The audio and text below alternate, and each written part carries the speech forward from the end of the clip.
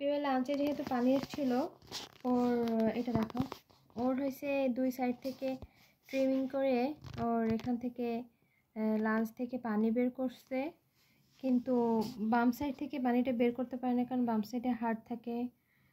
Heart lunch একই সাথে আছে, যার কারণে হচ্ছে হার্টে বেশি পাঞ্চ করলে, লাঞ্চে বেশি পাঞ্চ করলে হার্টে চলে যেতে পারে।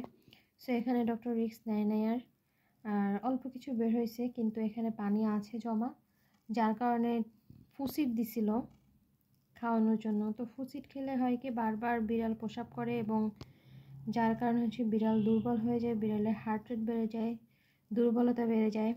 এই জন্য ডক্টর বলছে বারবার ওকে চিকেন স্টক খাওয়াইতে, যাতে করে ডিহাইড্রেশন না থাকে, বা পানি বা স্যালাইন যেটাই হোক না কেন। টোটাল 75 ml ওর ওয়েট অনুযায়ী 75 ml দিতে বলছিল। তো এখন মাশাল্লাহ ও 75 ml বেশি খেয়ে নেয়, কিন্তু এখন সকালবেলা খাওয়ার পরে এখন দুপুরে আর খেতে চাইছে না।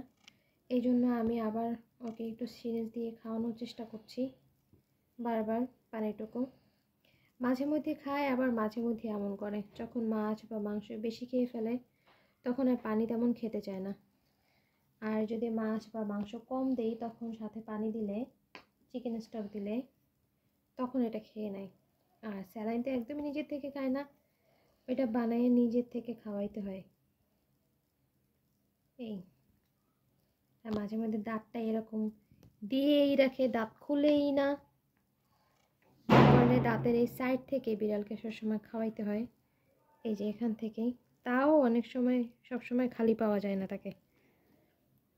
যখন একদম না খুলে না পারে তখন হচ্ছে মুখটা খুলে। এই এখন আলহামদুলিল্লাহ সুস্থ, চেহারাও ফিরে গেছে, শক্তি হয়েছে, ঘুমায় ঠিকভাবে। আগে বুকের উপরে পা দিয়ে তারপরে ঘুমাইতো, বুকের উপরে ভর দিয়ে, যাতে লাঞ্চের উপরে প্রেশার না পড়ে। বাট এখন একদম শুয়ে ঘুমাইতে পারে, আমার হাতের উপরে ঘুমায়, পাশে ঘুমায়, আমার পাশে বালিশে ঘুমায়। তো আজকে দেখলাম একদম কম্বলের নিচে গিয়ে ঘুমাইছে, দ্যাট মিনস সে ভালোই অক্সিজেন নিতে পারছে। এর আগে সে তেমন একটা ভালো অক্সিজেন নিতে পারতো না, যার কারণে সে কম্বলের ভিতরে ঢুকলে শ্বাসকষ্ট হইতো, কাশি দিত, আবার বের হয়ে আসতো। তো এখন আলহামদুলিল্লাহ ভালো। শ্বাসকষ্টের জন্য ফাইলিনও ব্যবহার করা হইতেছে, ডেক্সামেট দেওয়া হইতেছে এবং সেফট্রিয়াক্সন দেওয়া হইতেছে। এটা হচ্ছে ডক্টর প্রেসক্রাইব করা।